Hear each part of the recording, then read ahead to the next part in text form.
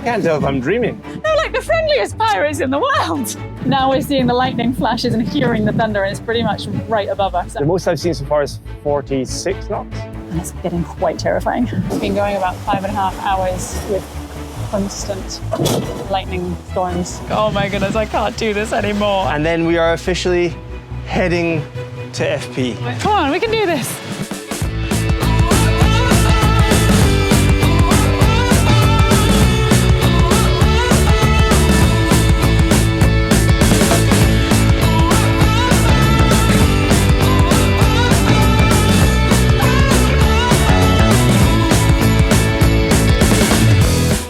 Last time on Red Seas, we sailed across the equator and celebrated by swinging off our halyard for a swim in the South Pacific. We reached the doldrums and saw absolutely nothing for miles until a pod of pilot whales turned up. We faced some squalls overnight and caught a couple of massive fish which will keep our freezer full for weeks. After motoring for 6 days, we transferred some diesel into our fuel tanks and finally got the sails back up as the wind arrived again. So what are you thinking? Okay, so we have managed to sail for most of the day, all of the day. Yeah. And we've been beating our way south because pretty much the way the weather is looking, so this is our kind of gribs and things, our weather charts, and pretty much we thought we'd get to about 4 degrees and we'd be fine, but actually 5 degrees south is a little bit better. So we haven't made it to 5 degrees south. But we got bored. But we got bored and we're 4.5 degrees south or whatever, 438 or something like that. So we're quite far down. And I was thinking we could probably make the commitment and we'll turn to head west, although we'll probably keep getting a bit of south in it. So like south, west, south. It's not the way you say it, but you know what I mean. That way. Head that way. So I figure we can make the turn, but that means dropping the main and then setting up the Genoa, and then I go off shift and you get to deal with the mess. Oh, it's going to be so comfortable though. I'm looking forward to it. Good. I'm going to sleep so well tonight. And then we are officially heading to FP. We're actually going across the ocean instead of just down the coast of South America. Well, kind of, instead of aiming for Antarctica. Yeah. Because I'm not dressed for that. We might actually get there. Be careful of a potential boom swing, yeah? Okay, I'll go and get the main sheet.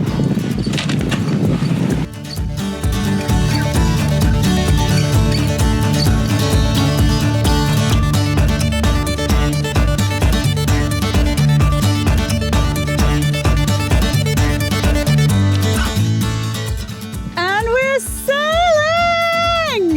Oh my goodness, it feels so good. I think we can finally say goodbye to the doldrums. It has been a long slog getting here. I've totally lost track of time. I think we were motoring for about 6 days with basically zero wind. I will be honest, we may have been slightly over-optimistic last night when we thought we could drop the mainsail and just go downwind from here. And the wind actually totally died and we made zero progress overnight whatsoever. But the wind has kind of moved around, so it's on our beam again, just behind. But we've got the mainsail up and we are at least heading west. So I think the wind is going to swing around over the next couple of days and then we will be downwinding. But we are right now heading in the right direction. We are going west. There's basically nothing between us and French Polynesia. So, yeah, my cases, here we come. It's almost like I can see them right over the horizon. They're only 3 weeks away. But we're doing it, at last. We're on the right track.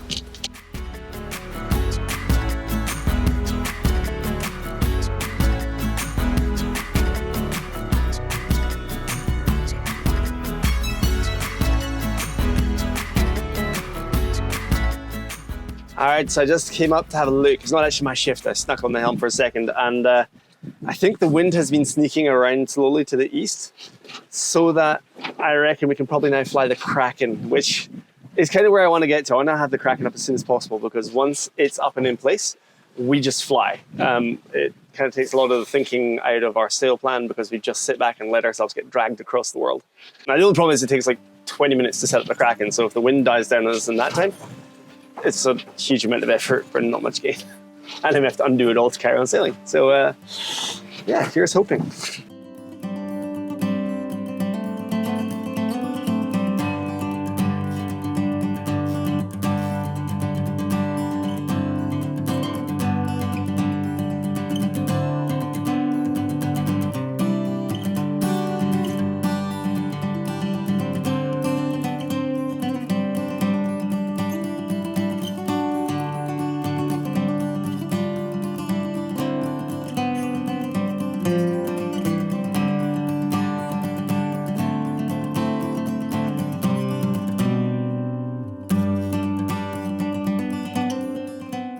What do you do?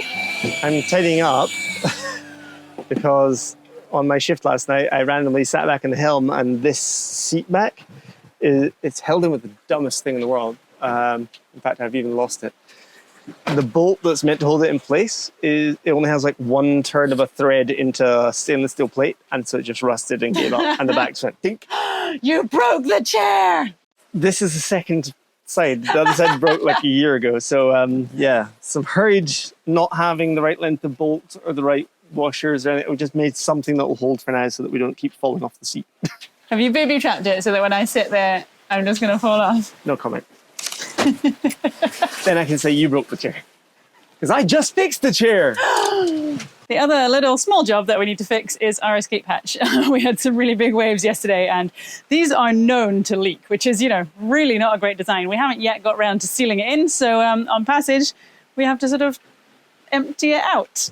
We haven't sealed it because it's an escape hatch, but a lot of people glass over these. However, you get this pretty moon pool. I mean, it looks cool. It's like the sea is right here in our living room. It is in our living room. And it really is. This is full. But the challenge is doing this in the right timing, that we don't end up with the water that's rushing underneath us coming in. Yeah, so there's like an inch of water sitting on top of that hatch. And this is the scary bit. Also, don't drop in the board that covers it up. Yeah. Okay, we're open. There's a big wave coming. Oh, of course there is. Try it now. What?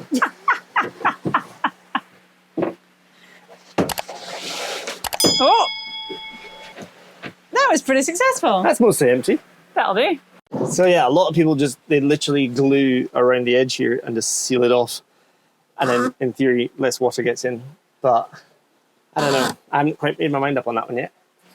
Yeah, that's a job we'll do at some point. Until then, we can just keep emptying out the sea. It's quite fun to think though, like we're looking down and there's 4 kilometers to the seabed.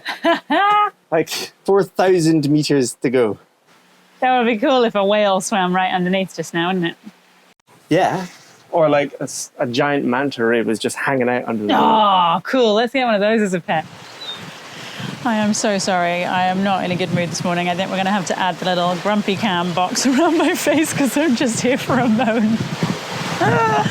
Oh, I think this is day 3 of these conditions. The sky is just completely clouded over. The swell has picked up. We've maybe come a little bit too far south, so we are rolling every single direction. We're not getting any charge into our batteries because the sun can't get through the cloud. The sky's grey, the sea is grey. Everything in the boat is wet because every so often we get a huge wave comes right into the cockpit. And because the boat is moving like this, like crazy non-stop, then neither of us are getting much sleep either. So I came out this morning and I was just like, oh my goodness, I can't do this anymore. I can't do this for the next 2 weeks. Like, this is not the crossing that we pictured. We got through the doldrums and we were so excited to get sailing again. And we knew there would be like a day or 2 before we could really turn west and get the spinnaker flying.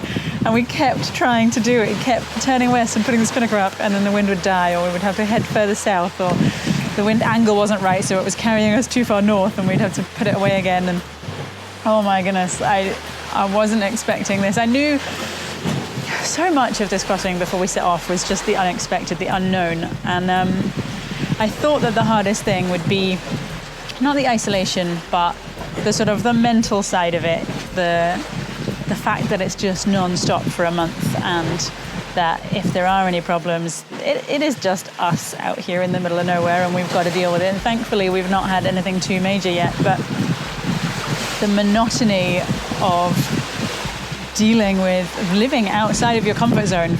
We're still on our 8-hour shift, so we're managing that, but it's now a struggle to get through to the end of the shift, whereas before, you know, we would sort of be quite social during the day and we would, I don't know, get on with things, do boat projects, have fun doing stuff. And now it's just, if you're not on watch, you're asleep, or you're at least trying to. I just need to know that there's an end to this. I just need to know that it's not going to be like this, rolly and grumpy and wet and soggy and salty and everything for another 2 weeks, because it's not what I signed up for. I'll get it together, I promise. But you know what? As soon as the littlest bit of sunshine comes out, it changes everything. We are getting a tiny little bit of power in our panels. I feel happier. The sea doesn't look quite as grey anymore, and I can probably manage this swell. So, come on, we can do this. Okay, you've just woken up. What's happening? I can't tell if I'm dreaming. Okay, so yeah, I woke up and you mentioned that there was a boat quite nearby, and I thought, well, we haven't seen a boat for 10 days or something ridiculous, so that's no big deal. And then you pointed out it was within a mile of us. So this fishing trawler thing has turned up, and he was zigzagging in front of us, and then when we called him, he went, oh, no, I only speak Spanish. So we tried as best we could with our Spanish to say, are you fishing? Yeah. Okay. Is it safe for us to go behind you? Because I'm a bit worried he might be a trawler, in which case he might have nets that go on for miles. And we're about to cut straight across him. And he just didn't get back to us. He's just gone silent. And then weirdly, it looks like they'd thrown overboard. I can't tell. It looks like it could be one of their life rafts with a person in it, or it could be a marker for their fishing lines. I don't know. It's something, but it's adrift just out here. So we're kind of keeping an eye on it now. It'd be a very slow motion pirate event if it was pirates. But they're literally doing circles around us now. They zigzagged in front and now they're going around Indy and I presume going to go behind us. Maybe they're circling us with their nets to catch us. Yeah, well, they're definitely going the wrong way, given the current, the wind, the waves are all going west and they appear to be currently going east. Don't really understand that. Yeah, so they dropped this second marker and it looks like it's actually a speedboat with a guy heading right for us. So that's always exciting.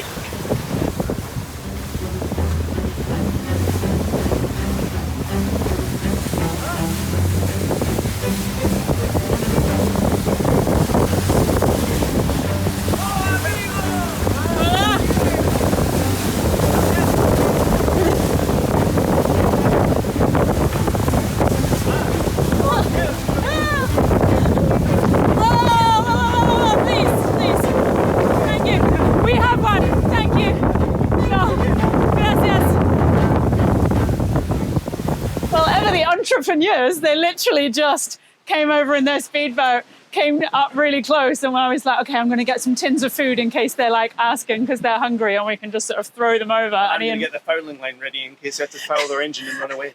Ian was like, whatever happens, we're not going to let them get on the boat. And they came really close and they leaned in and I thought they were going to get a rope to tie up to us. And they just pulled out a tuna. They were like, we brought this for you. And we were like, no, what are you doing? More so, they bounced off the side of us. So because it's kind of big swell, they came in as close as they could and then they smashed off the side of the boat, which is not ideal right now. Not great.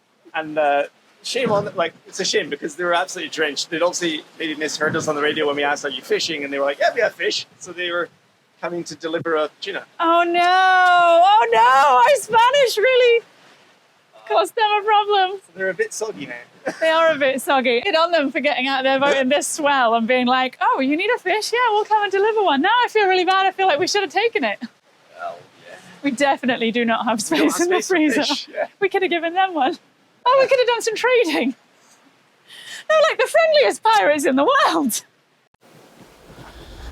Well, it is 1:30 a.m. and we have just had squall after squall after squall tonight. I'm supposed to be asleep. There's absolutely no chance that is happening. And it's getting quite terrifying. What are we seeing? So we've had a couple of squalls this evening and then this one kind of popped out of nowhere pretty much. And it's the most I've seen so far is 46 knots apparent. And we're going at like 7 knots. And that's with the tiniest scrap of Genoa out. There's nothing more. We've had lightning all around us as well. So we've had to put everything in the oven. And I've got the engine on and idle just in case we do get hit. And then we've at least got some momentum or propulsion. But it's just not going anywhere. It's horrible. I hate it. Yeah, we keep trying to decide what's the best course of action. I like running downwind with it because we're going with the waves, but it's so tempting to turn around and just smash into the waves for a bit because then we'll get out of it sooner because it's just not overtaking us. And every time I look at the radar screen, it just seems to be getting bigger. Now we're seeing the lightning flashes and hearing the thunder and it's pretty much right above us. I am absolutely terrified. This is not what I signed up for in a Pacific crossing. Someone said it was going to be easy. They said Pacifico. I know, all you people who told us it was like, oh, it's like the winds are so calm, you'll have a great run, it's just 4 weeks of relaxing. Where's my relaxing? Every single day. I'm like, this is the last day of horrible, and then it's going to be wonderful for the whole rest of the crossing. And then it just gets worse and worse and worse. The last day of horrible. But look at that. That is insane. Nasty. We're in the middle. You can hear the thunder now. I hear it. It's like cracked right in front of us. Literally, I never thought thunder could roll in the open ocean, but I can still hear it going around it. Yeah. It's just horrible. And we are kind of, according to the radar, heading toward the back of this now. Yeah. I can't tell if it's moving ahead or if it's just getting bigger. But it does seem to be getting bigger in front of us, which I'm okay with. It's definitely getting bigger in front of us, but I think it's getting less behind us. I think it's about 2 miles behind us now. Yeah. Still to go, and it stretches out for well over 8 miles in front of us.